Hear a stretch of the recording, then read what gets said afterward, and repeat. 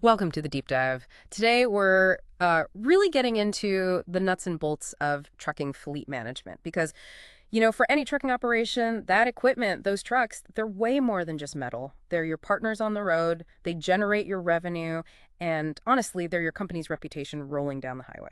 That's exactly right. And what we want to do today is really unpack the strategy behind it all. We're looking at the two absolute pillars for success here. Hmm. How you actually get the vehicles, acquisition, and then how you meticulously maintain them. Getting these decisions right, it's not just tweaking things. It can fundamentally boost your efficiency, protect your profits, and importantly, keep you compliant. It's about building a solid foundation for a fleet that, well, that lasts. Okay, so let's unpack that first really big strategic choice every trucking business faces.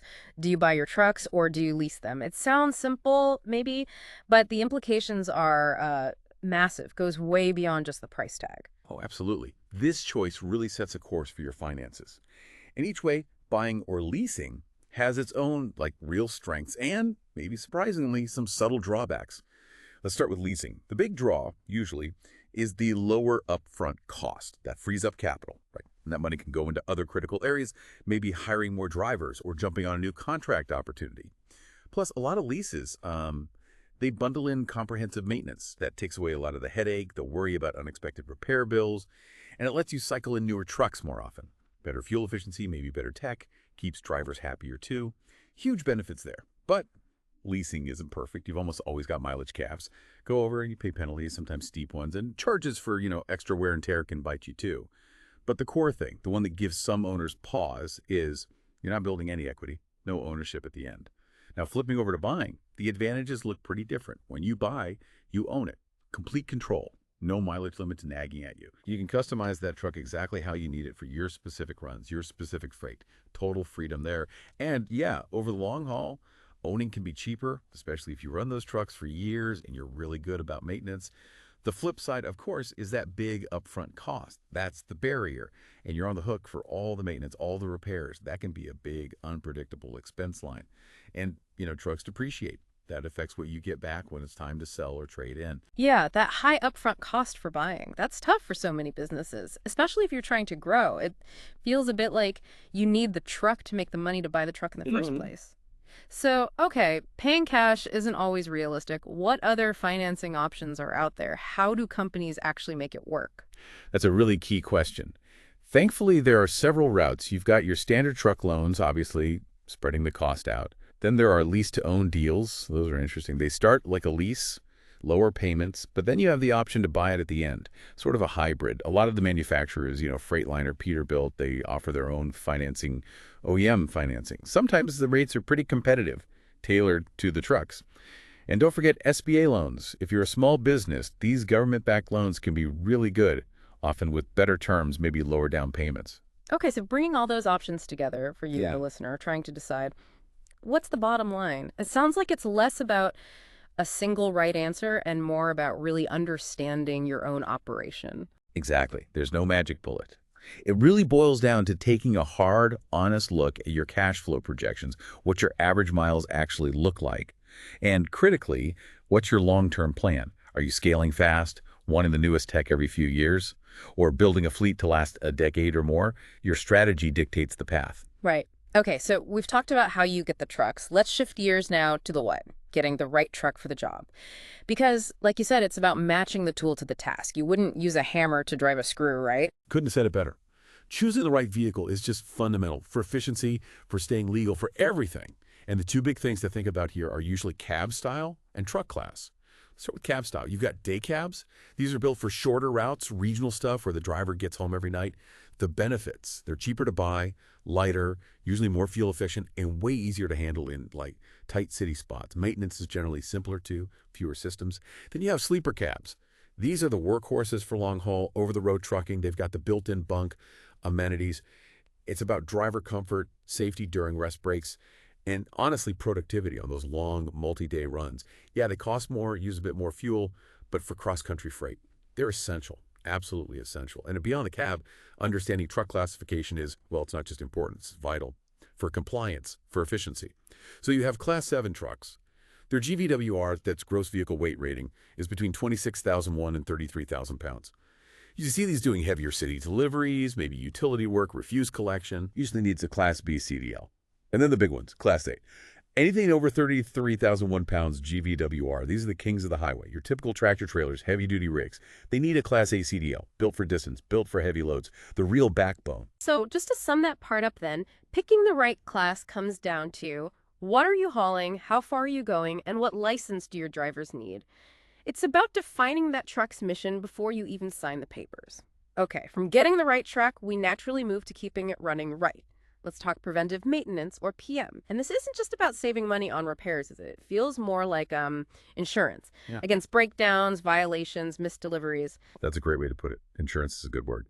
And building a solid PM program starts with knowing what you have. Like really knowing.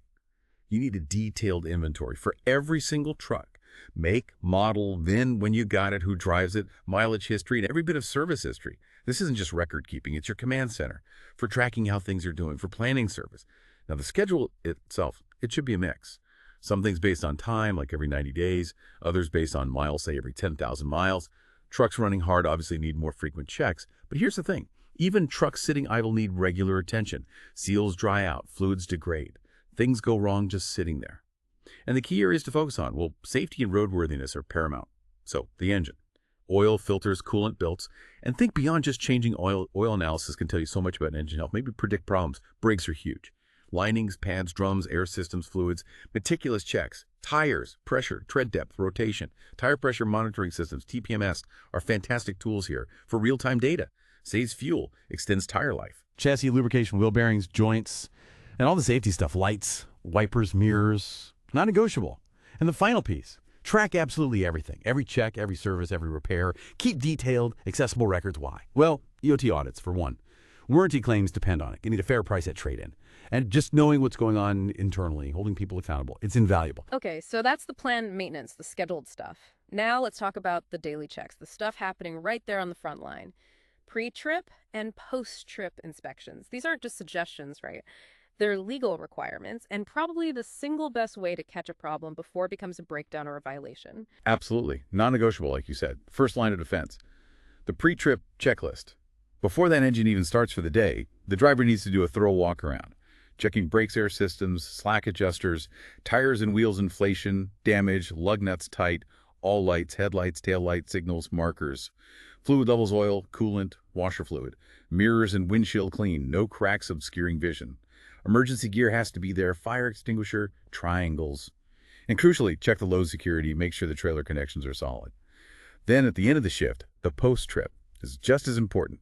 Driver needs to note down anything weird they notice during the trip, strange noises, handling issues, report any defects so maintenance can jump on it. And they need to fill out that driver vehicle inspection report, the DVIR. That's the legal record that the inspection was done, noting any problems found. So having the checklist is one thing, but how do you make sure as a manager that these checks are being done consistently and effectively across the whole fleet? How do you build that culture? Yeah, that's where management really comes in. Takes a few key things. First, training. Really thorough training. Not just check the box, but teaching drivers what to look for, why it matters to their safety too, and how to report problems clearly. Second, standardized forms. Everyone using the same checklist makes things consistent, makes the data easier to manage, and, maybe most importantly, act on the reports. When a driver reports an issue, prioritize getting it fixed promptly. That shows drivers their checks matter, keeps the fleet safe, and, critically, keeps you compliant and ready for any roadside inspection or audit. No surprises. So when we pull all this together, what's the big takeaway for you, our listener? It seems like trucking is fundamentally about building a business that's, well, reliable, profitable, and sustainable for the long run. Yeah. And these choices you make, how you acquire trucks, how you maintain them, they ripple through everything. Safety, compliance, costs, even customer happiness. You nailed it. It all connects.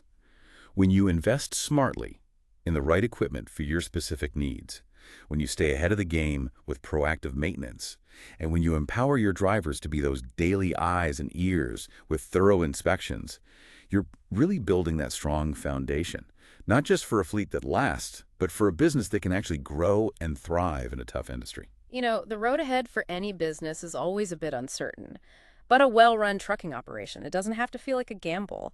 With that solid foundation, the right equipment strategy, and that discipline for maintenance and inspection, You're not just surviving out there, you're actually driving the business forward. So maybe the next time you see one of those big rigs rolling down the interstate, take a second.